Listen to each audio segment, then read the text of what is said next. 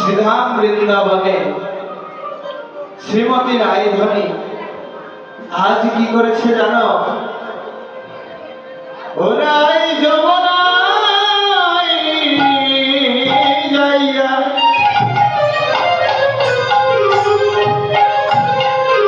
শ্যামের দেখিয়া ঘরে রায় নাবিল দিনী। ও রায় যমুনায় যাইয়া শ্যামের দেখিয়া ঘরে আই নাবিল দিনী। বিরলে বসিয়া কাঁদিয়া কাঁদিয়া ধ্যাই শ্যামরূপ খানি। নিরলে বসিয়া কাঁদিয়া কাঁদিয়া ধিয়ায় সমরূপ খানি। নিরজনে বসে ধ্যান করে, নিরজনে বসে ধ্যান করে রে। নিরজনে বসে ধ্যান করে, বসে মনোহর মধুর মূরতি। নিরজনে বসে ধ্যান করে, তোর মনোহর মধুর মূরতি। নিরজনে বসে ধ্যান করে রে। বসে মনোহর মধুর মূরতি। নিরজনে বসে ধ্যান করে রে। হরি মনোহর মধুর মূরতি। নিরজনে বসে ধ্যান করে রে। মনোহর মধুর মূরতি। আজ নিরজনে বসে ধ্যান করে রে।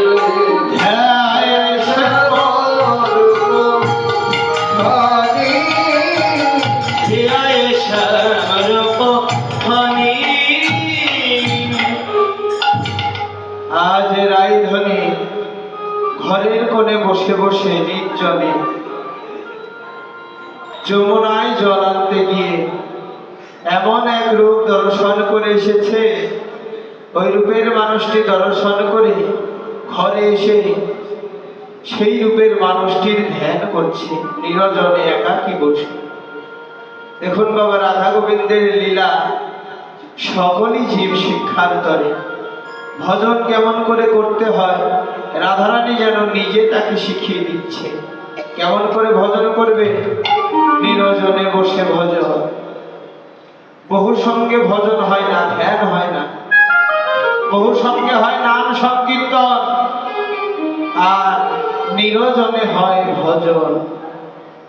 তো ভজন করতে হলে নিরিবিলি নিরজনে একাকী বসে গোবিন্দের ধ্যান করতে হয়, এটাই নিয়ম।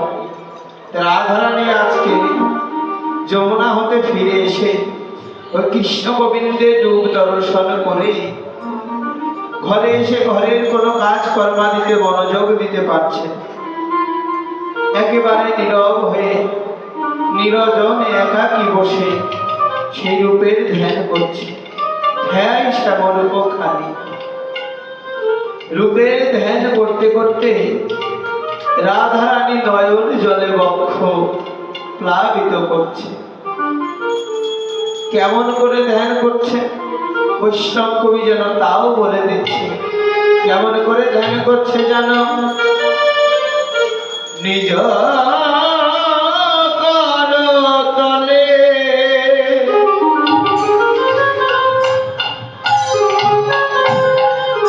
রাখিয়া চপল মহাযোগীর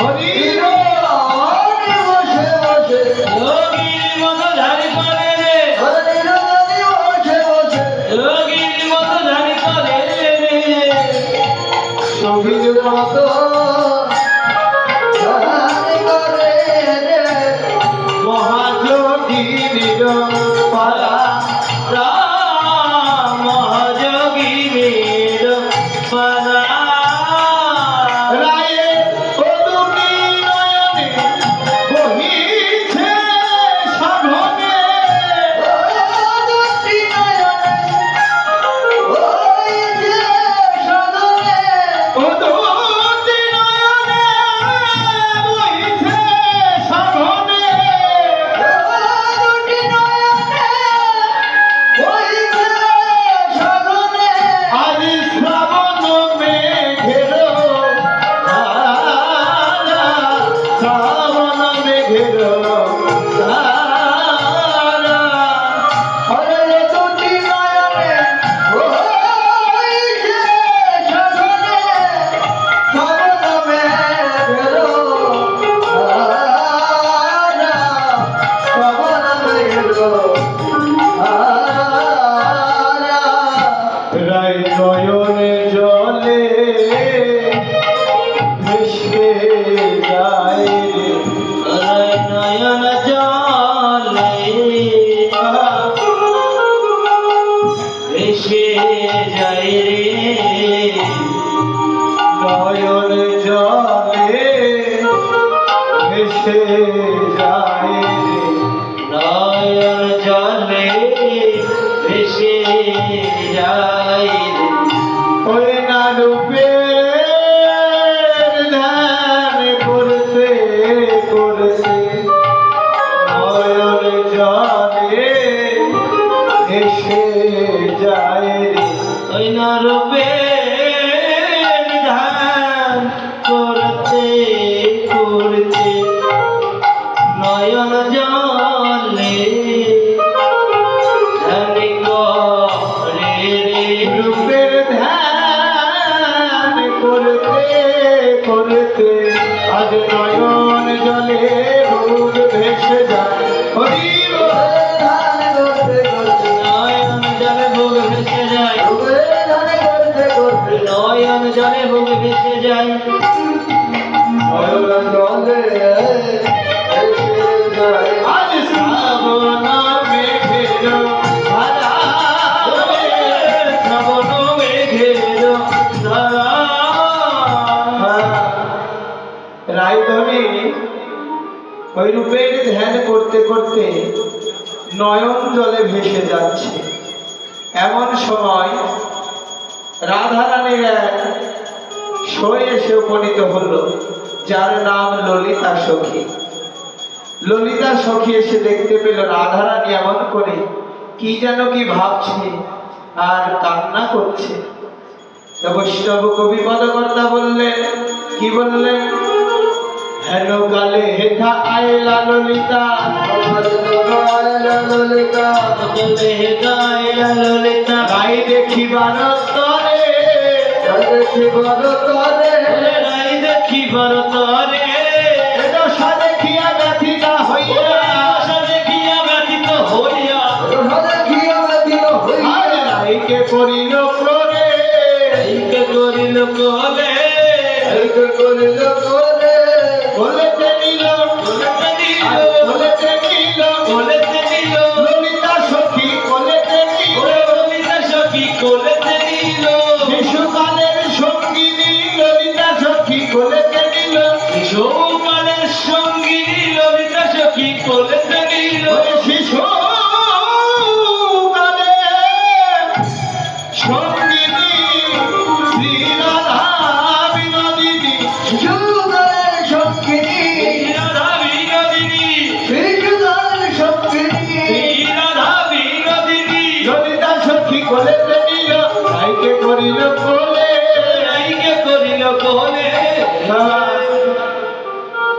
রাধারানী এমন ক্রন্দন করা দেখে রাধারানীর সখী, অতি অন্তরঙ্গা সখী ললিতা এসে রাধারানীকে কোলে তুলে নিল। অনেক বন্ধু বান্ধবী তো থাকে, তাই না বাবা? দেখবে কোনো দুঃখের সময় এসে সান্ত্বনা দেয়।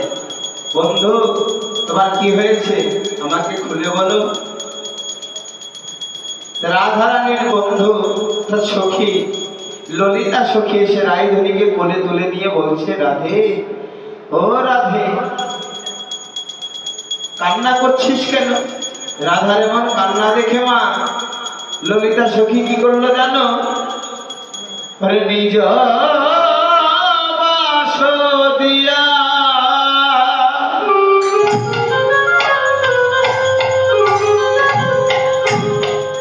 আজ মুছায়ে পুছায়ে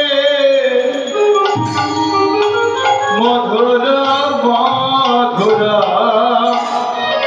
বাণী আর নিজ বাস দিয়ে পোছায়ে পোছায়ে মধুর মধুর বাণী।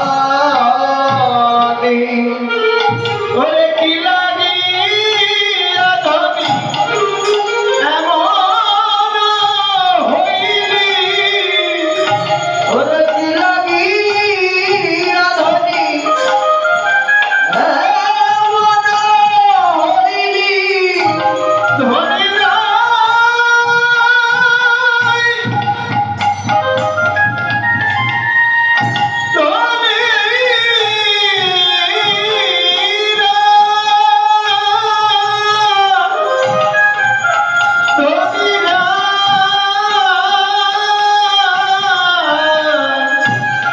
তুই আগে তো এমন ছিলি না রে, ওরে কি লাগি রাধনী এমন হইলি, আমায় খুলিয়া বলল না শুনি, খুলিয়া বল না শুনি।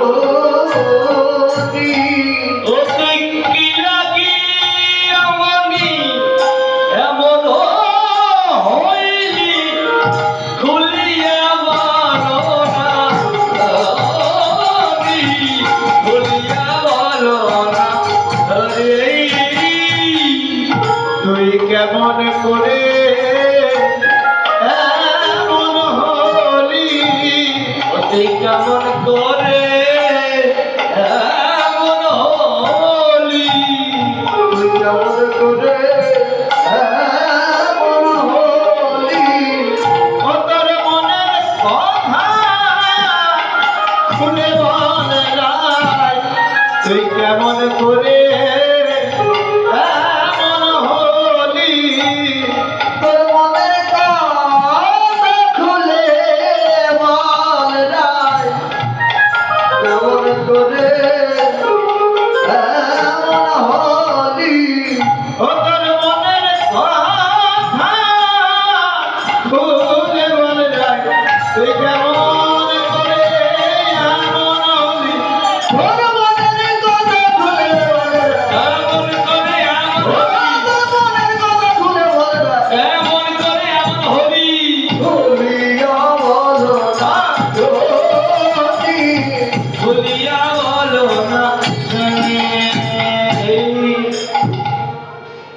রায়ধনীকে ললিতা সখী কোলে তুলে নিয়ে জিজ্ঞেস করছে, আরে রাধে, তুই তো আগে এমন ছিলি না রে, তাহলে কেমন করে এমন হলি?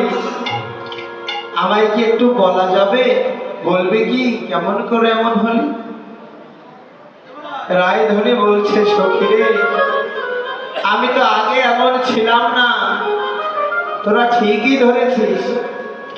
আমি কেমন করে এমন হলাম জানিস? রায়ধনী বলছে, সখী রে, অন্যান্য দিন ওই যমুনায় জল আনতে গেলে তোরা কেউ না কেউ আমার সঙ্গেই থাকিস, কিন্তু আজ কি হয়েছিল জানিস? আমি বেরিয়া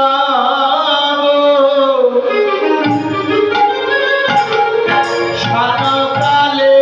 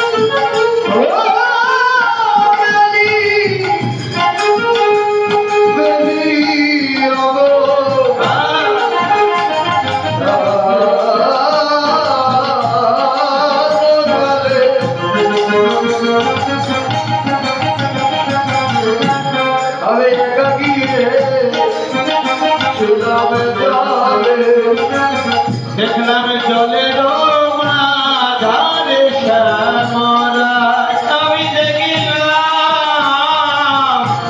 জলের মাঝারে শ্যামরায়।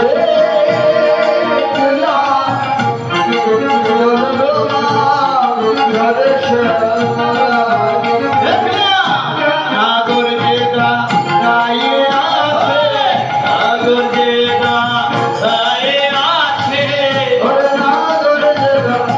দাঁড়িয়ে আছে, জলের মাঝে জলধর নাগর যে দাঁড়িয়ে আছে।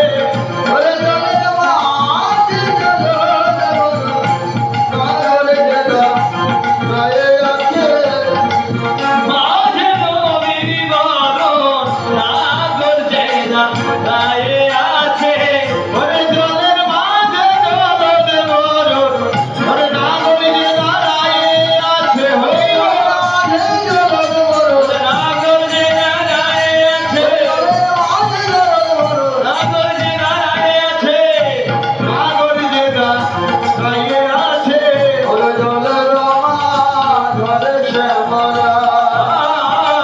আর জলের মাঝারে শ্যামরায়। সখিরে, আজ আমি বেরিয়ে অবসান কালে একাই গিয়েছিলাম জলে, জলের মাঝারে শ্যামরায়। ওই যমুনার জলের মধ্যে আমি শ্যামরাইকে দর্শন করলাম। শ্যামরাইকে দর্শন করে আমার এমন অবস্থা হলো, কি বলবো তোকে। ওই শ্যামরাইকে যে শুধু দর্শন করলাম তাই নয়, শ্যামরাইকে দেখতে যে সুন্দর, যে সাজে দাঁড়িয়ে আছে, কি বলবো সেই রূপের কথা। কেমন করে জলের মধ্যে দাঁড়িয়েছিল জানিস? ও তার ফুলের চূড়াটি মাথে মোহন রলিহা।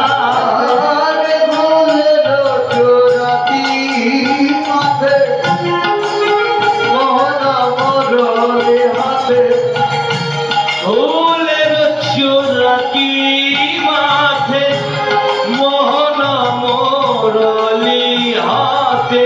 আরে পুনঃ শ্যাম জলে লুটা। আমি দেখলাম কোন